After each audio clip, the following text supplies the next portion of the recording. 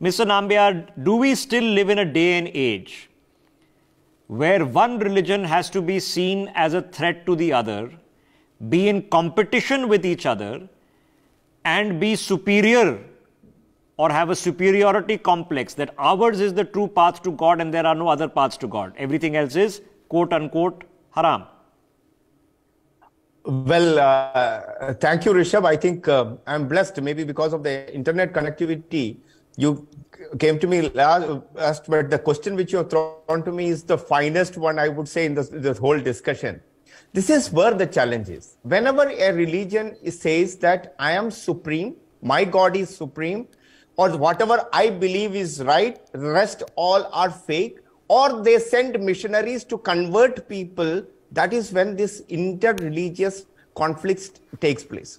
Now, since you were having more of like a historic conversation, let's take this into the perspective of both what Yogi Adityanath said and also what the Kerala governor said.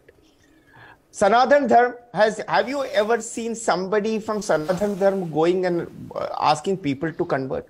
Have you ever seen you and me being a Hindu or a Sanatan, the people who may be from the Sanatan Dharma, have you ever been told that you have to go to a church or you have to go to a temple or a deity? You have to go and only you have to become a Bhakt of Hanumanji or a Bhagavan Ram or a Bhagavan Vishnu or anybody of that matter.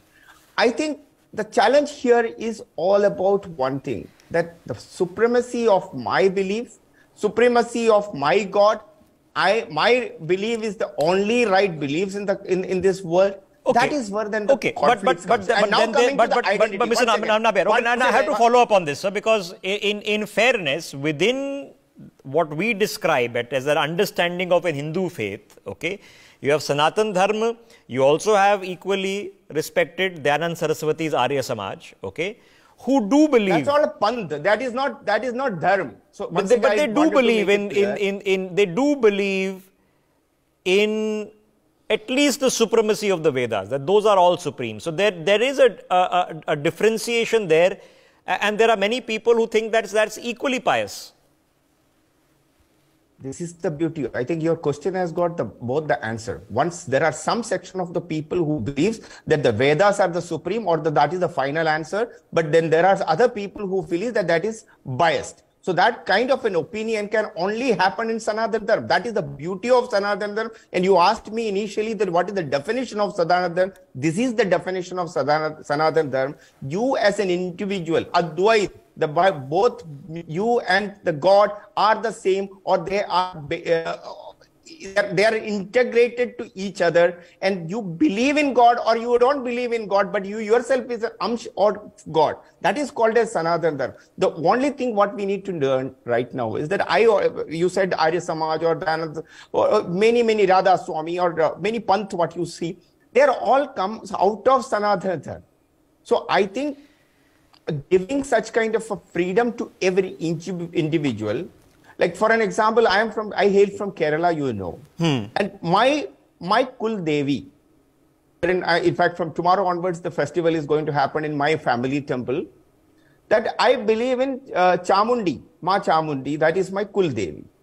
So there is a different form of worship is taking place. So temple to temple, idol to idol, there are different belief systems.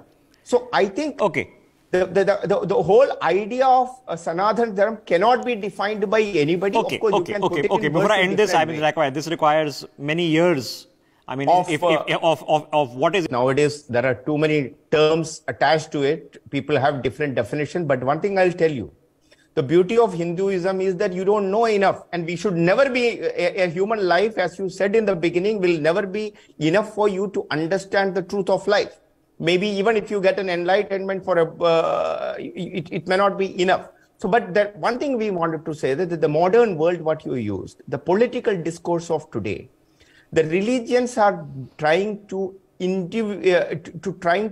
portray their supremacy. The beauty of Sanatan Dharma is that when it accepts anyone and everybody, including any belief system, the people. Some religions, I don't want to name them, who believes that only one book Whether it is written in an X time or a Y time, it doesn't matter. That is the only thing which is holy. That is the only thing which is right.